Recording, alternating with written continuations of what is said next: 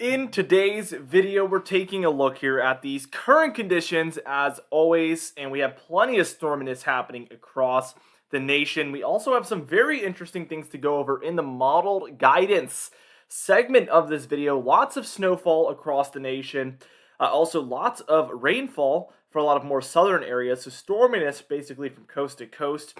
And we're actually going to be taking a look at some big temperature changes in the long range as well. So let's just get into things. First things first, again, we're taking a look at the current conditions. Now, we do have a much larger storm offshore of the west coast, and there's really some broad low pressure here up and down the west coast.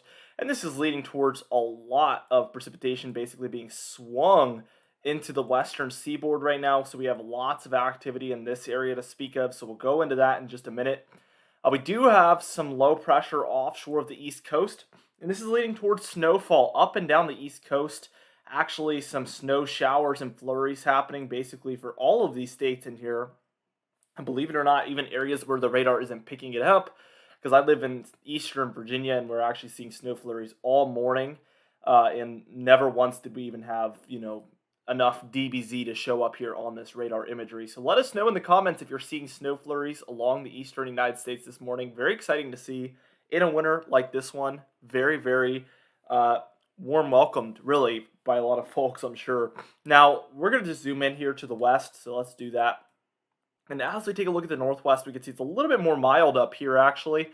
We do have some rainfall and snowfall showers, especially the further west you go, as these are working their way up the coastline, sort of. But if you work your way inland, we really don't have as much happening here across the central regions of these states. Now, we can see right near that low pressure system that's in here, we can see a lot of heavier bands are being thrown on shore here to the California, kind of in between California and Oregon coastline there. We're seeing a lot of these heavier storms being thrown on shore. But not only that, nearby this warm front and cold front just south of the occlusion here, the occluded front being this purple one. So this one up here is our occluded front. So just south of there, we have this warm front, cold front setup. And this is leading towards very heavy showers and storms moving onshore to California here. We have lots of yellows and oranges showing up in these lower elevation valley regions. And as you can see, we have the bright whites here across the Sierra Nevadas indicating extremely heavy snowfall. And in those blues, we have even heavier snowfall, whiteout conditions happening up and down these mountain ranges there. And again, in those blues is going to be pretty much whiteout conditions in those areas that have continued to be hammered all winter long. Now, as we take a look a little bit further inland across some of the Rockies and moving into the northern plains there of Montana and North Dakota, we do have some showers in the form of rainfall and snowfall depending on your location happening up and down this region. As we work our way further eastward, we can see that there is just some broad low pressure, lots of low pressure systems along the seaboard here, and this is leading towards some of these showers being thrown on shore at this point, these snow showers. And in general, the pressure is low enough and broad enough to where I think what's happening is we're just getting some of that low pressure on shore enough to where these cloudy areas are, because it's cloudy up and down the east coast, but a lot of these clouds are just getting enough convection to drop some snowflakes here across the eastern United States. And what's sort of interesting is we have this pocket here kind of moving towards, I would say, the Delmarva area. But what is modeled to happen is that this will continue to move kind of eastward, further offshore, but we haven't seen that really happening. It's been moving more eastward. So I will be curious if that'll get thrown on shore or not, that area of a little bit more heavy precipitation, which would fall in the form of snowfall. Very interesting stuff, however. Now, we do have some potential snowfall coming up tomorrow for these areas, which will be very, very interesting to watch unfold. We have some kind of differing opinions according to the models. Some of them have it a lot further north, like Maine and New Hampshire getting some snowfall. Some of them have it very exclusive for southern Massachusetts, though, so we'll have to see what ends up happening. Now, what we're going to go ahead and do is move on, talk about those models. So we'll take a look at the precipitation type, and we're going to go over the precipitation total and total snowfall, because I know a couple of you were commenting that you guys were missing seeing that here on the videos, where we go over the total snowfall through the next 10 days and the rainfall. So we're returning with that today. Now, here we are taking a look at it through our European model real quickly, and as you can see, a lot of these showers here over these pockets as you can see, end up moving offshore, but it just doesn't look like that on the current conditions, but apparently that's what's going to end up taking place later on today. And we can see this unfolding here by tomorrow afternoon. Some snowfall there, again, for Massachusetts, potentially Maine as well. And more snowfall for the Rockies and Cascades happening up there on Sunday. As we work our way into Monday, we can see this flow of storms just like this. So we see one low right there near that arrow. We see another one working its way in, and probably another one somewhere back there also going to be working its way into the mix. And we have a low offshore of New England. Some ice and snow taking place up there by Monday still. And as we work our way towards Tuesday here, we kind of get our next weaker system here for the east. Very broad low pressure. We have a 996 there, but really broad low pressure across all of the eastern United States. And this is going to work its way in as some just rain showers, really, for a lot of these areas is how I see this storm playing out. And we just see a flow like this mostly. So we're seeing a storm down here, another one working its way up there, and they're just flowing in to the eastern United States just like that, working around the jet stream. So by Wednesday, we see our next storm kind of moving up, and this one looks a little bit more major. I've mentioned that in a couple of videos. We do see some snowfall there for Colorado, Kansas, Nebraska, and we already see the complexities here.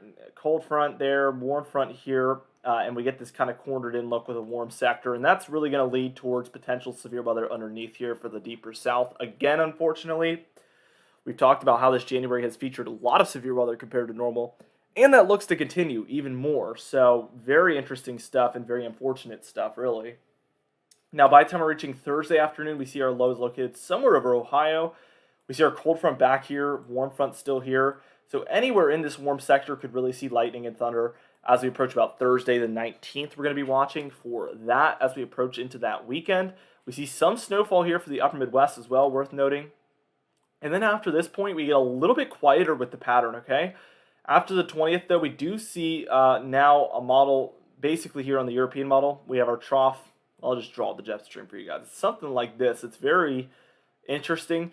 And what we're seeing happening is a lot of Gulf energy getting into the mix here with the jet stream. So we see this moving up. We also have some of that convection just moving along with the jet stream here. So all of this kind of meets up in this area. We start to see a storm building in that wants to ride along that jet stream here, just like this. So we'll see this kind of surf the wave a little bit, if you will. We see a low somewhere in here, potentially a cold front underneath, warm front like that, kind of seeing that. And this would, again, possibly bring severe weather and just a warm sector look here by the time we're reaching the end of the weekend there, about Sunday the 22nd. Here's by the time we're reaching Sunday into Monday, and we can see some very heavy showers and thunderstorms potentially here for the southeast. Heavy rainfall underneath for a lot of the northeast and mid-Atlantic. And some snowfall over top here for the very far interior regions of the northeast, Ohio Valley, and Great Lakes there. So we'll be watching for all of these things with that time period in mind. And then we're reaching about the 24th, and we still don't have a major trough in the east. But we do end up with this look, and usually we get this kind of a tilt, and it looks like it wants to rotate potentially, which would basically be this kind of a motion. And usually this would end up eventually bringing more of a look like this, or at least like this, where we get it kind of, instead of tilting this way, we get it tilted this way. So it could do a full rotation there. But we still have a very strong southeast ridge here, so we have to watch and see if that ends up panning out that way, sort of. Now, according to this is the 10-day precipitation. We get obviously high amounts of precipitation along the west coast, but also the southeast and the east coast in general here, as again, we get kind of these storms moving through like this, and they bring a lot of precipitation there on the eastern end of things as they're rolling through, including severe weather down south, and then showeriness and some snowfall up for the northeast. Now, anywhere in the whites is practically no precipitation. Your grays are 1/10 of an inch or less, greens 1/10 of an inch to 1/2 an inch, your blues 1/2 an inch to an inch, your yellows 1 inch to 2 inches, reds 2 to 5 inches there, and then browns are 5 to 10 inches of precipitation. Now, as we work our way into the snowfall, we can see that a lot of that out west ends up being snowfall out here, as you can see. But for the east, it's only going to be these very far northern exclusive regions. Now, anywhere in the grays is the dusting, if anything. Blues, 2 to 6 inches of snowfall. Purple, 6 to 10. Pinks, 10 to 20. Your pastel blues, 20 to 35. And then your pastel pinks are going to be 35 inches plus. Now, Let's work our way into the GFS model real quickly, shall we? And we see that this is pretty much going to be the same. I want to really work our way forward to where things get a little bit abnormal. Right around the 20th, we also have this similar look where the jet stream is diving southward and doing something like this. And what we see is, again, this Gulf energy is able to kind of get into the mix with this jet stream as it dips very far south, close to that Gulf of Mexico area. So we see a lot of this energy working its way in. And we see development taking place here. This is pretty typical. But what is different about this model is it kind of moves up a little bit slower and we get more cold air into the mix, and it wants to build some sort of snowfall in. Now, take this with a grain of salt, but we see this develop very quickly, and we start to see snowfall already moving in to the Ohio Valley and portions of the Mid-Atlantic by the time we're reaching Monday at about 2 a.m. And then we get a full-blown kind of Miller B nor'easter as it's working its way towards the Mid-Atlantic. This low is about over the Delmarva by Monday morning time frame, and we have heavy snowfall for Ohio, Pennsylvania, and New York. And that works its way all the way through Monday afternoon. We see this is offshore, so again, a Miller B nor'easter. Very intense, but pretty small snowstorm, actually, Sunday through about Tuesday, and then that moves out. Now, we start to get even more cold air into the mix, more storms moving through the same area. 994 millibar low pressure center, this time over Lake Erie. We have some ice on the front end, because what this would be is probably a warm front, cold front again. So along this cold, warm front, there is more mild air at certain levels of the atmosphere, but not near the surface. So we get this ice working its way in. But then on the back end, we have plenty of cold air, so we get snowfall dipping down underneath. Now, as we continue to move this on, we see another major storm building along that jet stream. But again, it's a more inland look, more of a cutter type, and we still have that southeast ridge playing a huge role in things here, and really just making snowfall avoid the East Coast in general. That is the look. And then we end things, though, with cold in the east by the time we're reaching January 30th, according to this GFS model, where there's a little bit of a ridge in the west and a deeper trough in the east than there is in the west. And we just lost the image for some reason. Now, as we close out, we're just going to take a quick look here at the temperature anomalies. And as you can see, we clearly, if you've been outside, have colder than normal conditions here across a lot of the eastern United States. And we very, very briefly enter into a positive PNA pattern, as you can see, with warmer temperatures. So we quickly get some cold air surging down the east, but that does not last very long at all, as some colder temperatures start to really work their way into the west already by Tuesday, and then some warmer temperatures in the east by the time we're reaching Tuesday. So I'm going to switch us back to our 0Z run real quickly so we get more up-to-date information and longer range here. We can see already by Thursday the 19th, we still have very warm anomalous temperatures here in the east and very cold temperatures surging down the west. So we have this pattern we've been stuck in.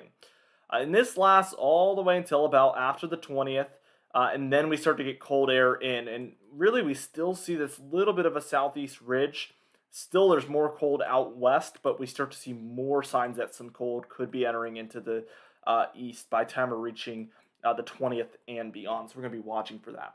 Anyway, guys, as always, we're going to continue to upload every single day and keep you guys up to date with everything going on here in the upcoming pattern. So be sure to subscribe so you get those updates. Be sure to also hit the bell icon and click all videos, because then you will get daily notifications when we do upload. You can also like the video if you did enjoy it. Leave a comment down below, because I love hearing from you guys so much, and I'll see you guys in the next video.